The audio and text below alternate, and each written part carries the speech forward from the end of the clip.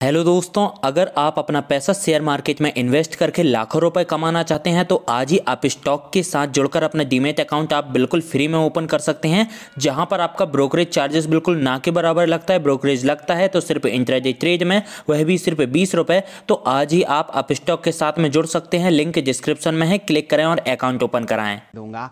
अब आपके सामने पेश करते हैं अपना बुल केस और बेयर केस। ये दोनों हमारे सीधा सौदा के कप्तान आपको बताएंगे कि कौन सी ऐसी 10 चीजें हैं या 5 चीजें हैं जिसकी वजह से आपको इस आईपीओ में सब्सक्राइब करना चाहिए, और 5 एक ऐसी चीजें जिनका आपका ध्यान रखना है। दोनों कप्तानों के बीच में ये राय मैं उन्हीं के ऊपर छोड़ देता हूं कि कौन पहले शुरू करेगा। तो शैल सर, असल में मैं हूं इस केस में बुल और इनको बनाया गया है बियर। तो ये जो काम प्रमोटर्स का, फाउंडर्स का, मर्चेंट बैंकर्स का था, ये मुझसे कराया जा रहा है आज। तो सबसे इंपॉर्टेंट तो जोमेटो के केस में हर्षद ने बताया जो इसका बिजनेस है, जो यूनिकनेस है इस बिजनेस की, जो शेयर साइज है, जो नंबर ऑफ पार्टिसिपेटिंग रेस्टोरेंट्स हैं, जो डिलीवरी बॉयज इस कंपनी के पास हैं, जो इस कंपनी के मार्केट शेयर है 45% भारत के फूड डिलीवरी मार्केट का मार्केट शेयर है। अब वो बिजनेस पे जाऊंगा नहीं क्योंकि हर्षद ने बखूबी डिटेल में हाईलाइट कर दिया है। वन ऑफ द फर्स्ट है देसी यूनिकॉर्न स्टार्टअप्स जो दलाल स्ट्रीट में आने वाली है। वेलकम करना चाहिए, उसमें बहस करने की जरूरत ही क्या है। बिल्कुल। तो फिर बियर केस कहां से? जो बिजनेस मॉडल है वो तो बहुत अच्छा है, लेकिन फ्यूचर पे बेट करते हैं हम लोग, हिस्ट्री पे नहीं बेट करते हैं। ठीक है, तो जो फ्यूचर है उस पे बेट करना चाहिए। आप बता रहे हैं कि बिजनेस मॉडल बिल्कुल सही बात है, यूनिकॉर्न है, बड़ा हो गया, बहुत बड़ा हो गया, लेकिन बिजनेस मॉडल इनका क्या है, इनका काम क्या है, एग्रीगेटर है ये। बिल्कुल है ना, वहां रेस्टोरेंट से खाना ला के आपको दे दिया, रेस्टोरेंट वाले से भी पैसे लिए, आपसे भी पैसे लिए और कमीशन लिए, एडवर्टाइजिंग करी, ये बिजनेस है। बट इस बिजनेस में दिक्कतें बहुत ये आ रही हैं कि चैलेंजेस बहुत हैं। जैसे बिजनेस मॉडल आपका जो है उसमें आपकी जो मार्केटिंग कॉस्ट है, आपकी जो एग्रीगेटर को रखने की कॉस्ट है, आपकी जो डिलीवरी बॉयज की कॉस्ट है, वो बहुत हाई है। और स्विगी के केस से आप देखिए तो इनकी लगातार हाई बनी हुई है, उसको सस्टेन करना बड़ा डिफिकल्ट है। मैं इसलिए कह रहा हूं कि बिजनेस मॉडल में थोड़ी दिक्कत है कि एक तो एंट्री बैरियर नहीं है। स्विगी ने इनसे बाद में काम शुरू किया, इनका काम पहले केवल रेस्टोरेंट आइडेंटिफाई करना था, ये डिलीवरी में बाद में आया, लेकिन स्विगी इनके बाद में आया ओवरऑल बिजनेस में, और स्विगी आज इनके नेक एंड नेक खड़ा हुआ है। हर पैरामीटर पे आप देखेंगे स्विगी बराबर खड़ा हुआ है। तो जहां पे एंट्री बैरियर्स नहीं है, जहां पे लॉयल्टी नहीं है, आपको क्या गारंटी कि जिस रेस्टोरेंट को आपने उसका कमीशन कम कर दिया है वो आपके साथ बना रहेगा। प्लस जो डिलीवरी बॉय है उसको आप एक पार्टनर के तौर पर रखने, डिलीवरी पार्टनर बोलते हैं आप, उसका आप कमीशन कम देते हैं।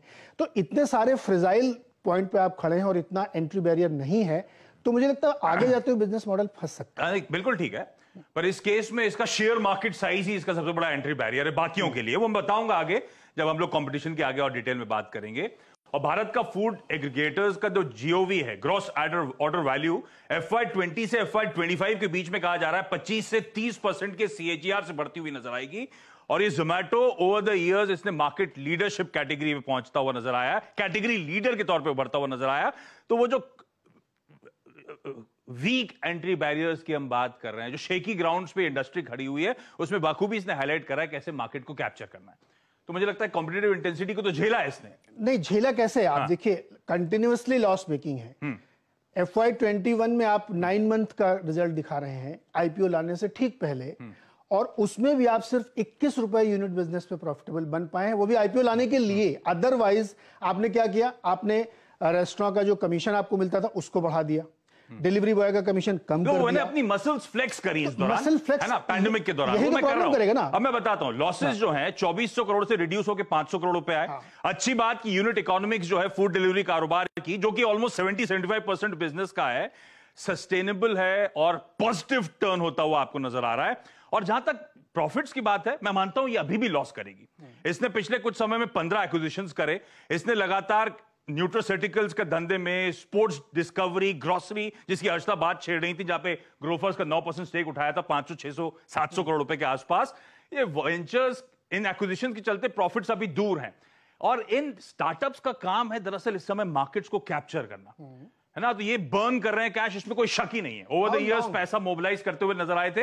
How long? नहीं, हाउ लॉन्ग के केस में फिर वैल्यूएशन बंद करते रहेंगे आप, ये एनीबॉडीज गेस कि ये प्रॉफिट्स का मैं आपको वैल्यूएशंस पे आऊंगा तो मैं उसका जस्टिफिकेशन भी दूंगा, क्यों वैल्यूएशंस जस्टिफाई करेंगे नंबर्स को। जहां तक कंपटीशन की बात है, कंपटीशन में आगे कुछ कहना है आपको तो मैं उस पर उतरूं। हाँ, मुझे कहना है कंपटीशन में देखिए, स्विगी तो बहुत नोन है सबको। हाँ, स्विगी और जोमेटो दोनों ने आधा ऑलमोस्ट। अब मैं जो जिस कंपटीटर की बात कर रहा हूँ, अमेजॉन की बात कर रहा हूँ मैं। अमेजॉन बिल्कुल नया प्लेयर है और बहुत ही छोटा है अभी, बेंगलुरु में उतर गया है। बेंगलुरु रीजन कहता हूँ मैं उसको, चूंकि आसपास में भी पहले अपने एम्प्लॉइज को फ्री में बांटते थे, टेस्ट मॉडल था इनका। अब उन्होंने 25% मार्केट कवर कर लिया है, 2500 रेस्टोरेंट जोड़ लिए उन्होंने क्या किया है कि 19 रुपए सिर्फ वो डिलीवरी चार्ज लेते हैं और ये लेते हैं 23 रुपए। पहला प्रॉब्लम। दूसरी प्रॉब्लम क्या है कि उनके जितने प्राइम मेंबर्स हैं, 1 करोड़ प्राइम मेंबर्स हैं जो 999 देके साल में मिलते हैं, उनको खाना फ्री है, मूवी फ्री है, पिक्चर फ्री है, म्यूजिक फ्री है, डिलीवरी फ्री है, सब फ्री है। अमेजॉन जैसे दुनिया के जायंट के सामने जो फ्री में बांटने की 10 साल तक हिम्मत रखता है, आप 23 रुपए, और मैं बता रहा हूं पिछले 9 महीने में आपने मैन्यूवरिंग करी अपनी बैलेंस शीट की, सिर्फ इसलिए कि आपको आईपीओ लाना था। आप कैसे उससे लड़ेंगे जो आदमी इस बात के लिए तैयार है कि मैं फ्री में बांटूंगा अपने सारे प्राइम मेंबर्स को। अब किसी प्लेयर के आने से डर जाऊं वो भी गलत है। इस धंधे में ये सिर्फ 2 नहीं थे नीरज जी, रनर था, फूड पांडा था, टाइनी ऑल था, उबर ईट्स, ओला फूड, सब ने पैर जमाने की कोशिश करी, नहीं जमा पाए। ये 2 प्लेयर की ड्यूओपोली रही है। अमेजॉन के केस में आपने जो प्राइसिंग का एज बताया, जो नंबर ऑफ रेस्टोरेंट्स आते हैं बेंगलुरु में, मेरे ख्याल से सिर्फ बाकियों की कवरेज के हिसाब से 20-25% रेस्टोरेंट्स इनके कवरेज में, तो एज है नहीं। और दूसरा, मैं बड़ा इंटरेस्टिंग टेक पढ़ रहा था कि बिल्कुल सही है, अमेजॉन की बहुत तगड़ी पकड़ है, लॉयल कस्टमर।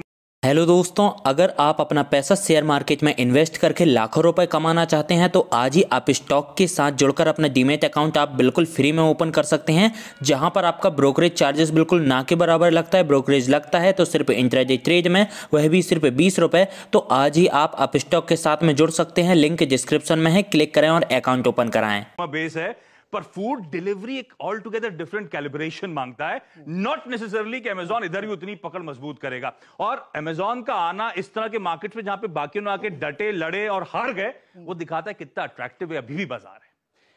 तो देखने की तरीका थोड़ा सा बदलना पड़ेगा। मैं देखिए, ये मैं बिल्कुल नहीं कह रहा हूं कि जोमेटो मार्केट से बाहर ही हो जाएगा, लेकिन जिस पैरामीटर्स पे आप इसको प्रॉफिटेबल बनाना चाहते हैं, आपकी कॉस्ट हमेशा एलिवेटेड रहेगी। अमेजॉन के साथ एडवांटेज क्या है, वो इतना टफ कंपटीशन इसलिए देगा कि उसका already network tier 2, tier 3, even rural India में है, तो उसके लिए एक्सपेंड करना छुट्टियों का खेल है। वो कर लेगा आराम से। नहीं है, मुझे डर ही नहीं है, क्योंकि इनके धंधे ना 7-8 सिटीज में लिमिटेड है, जो मेजॉरिटी रेवेन्यूज वहीं से आते हैं। अमेजॉन गांव में जाके बेच ले। अच्छा, मैं आपको एक छोटी सी कहानी सुनाऊं? एक कहानी सुनाता हूं आप लोगों को। शैल सर कह रहे समय हो रहा है, अपन वैल्यूएशन बहुत ही छोटा था, 30 सेकंड की कहानी सुनाऊंगा। मैं ये कह रहा हूं कहीं ऐसा ना हो 20 साल की दोस्ती दांव पे लग जाए, ये आईपीओ ही है। जून नाम की एक कंपनी थी, स्टार्टअप था 2013 में अमेरिका में। उसने एक ओवन बनाया, उस ओवन में उसने वाईफाई से कनेक्शन किया, उसमें मेनू था, आपको जो बनाना है उसको कर सकते हैं। एलेक्सा कंपेटेबल थी, उसकी कीमत थी $599। एलेक्सा फंड ने उसमें इन्वेस्ट किया 2018 में, उसकी दिन दूनी रात चौगनी सेल होने लगी। उसके बाद अमेजॉन ने एक अपना बनाया ओवन, सेम पैटर्न पे, उसी तरीके से। चूंकि इनके पास डेटा बहुत है तो उन्होंने फीडबैक भी लिया कस्टमर का और उसको और इंप्रूव किया, और जून की कीमत रखी $299।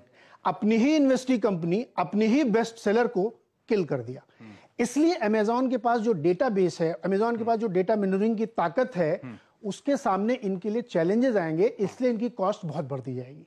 हाँ ठीक है, चैलेंजेस हैं, कंपटीशन का चैलेंज आया था, वॉर्ड ऑफ करा था, आगे आएगा, किस हद तक पोटेंट रहेगा वो एनीबॉडीज गेस। इस समय डटे हुए हैं दोनों के दोनों प्लेयर्स। अच्छा, बहुत ज्यादा बाजार में वैल्यूएशन की चर्चा होती है, कितना सस्ता है, कितना महंगा है, मुझे नहीं पता। सबसे बड़ी दिक्कत की बात की लॉस मेकिंग है, नीरज जी उस बात को बार बार हाईलाइट कर रहे हैं। पर शायद हमें इस कंपनी की लिस्टिंग के साथ ट्रेडिशनल तरीके से वैल्यूएशंस के आइडियाज को खत्म करना पड़ेगा। हमें मार्केट स्केल, हमें उस धंधे की स्केलेबिलिटी, किस तरह की लॉन्ग टर्म अपॉर्चुनिटीज वो थ्रो अप करता है, उसको वैल्यू करने की शुरुआत करनी पड़ेगी। वैल्यू, आप आइडिया की कीमत समझिए। आप टेस्ला आज की डेट में गाड़ियों में सबसे ज्यादा मार्केट वैल्यूएशन कमांड करता है। पीछे छोड़ दिया उसने Daimler, Volkswagen, Toyota, general Motors को। इन सबसे कम गाड़ियां बेचता है, लेकिन आइडिया की कीमत है। एयरबीएनबी क्या करता था?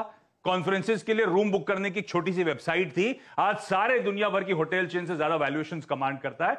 तस्वीर बदल रही है। डोर डैश, एक कंपैरिजन नीरज जी ने डाला भी हुआ है उसमें वैल्यूएशंस के फ्रंट पे।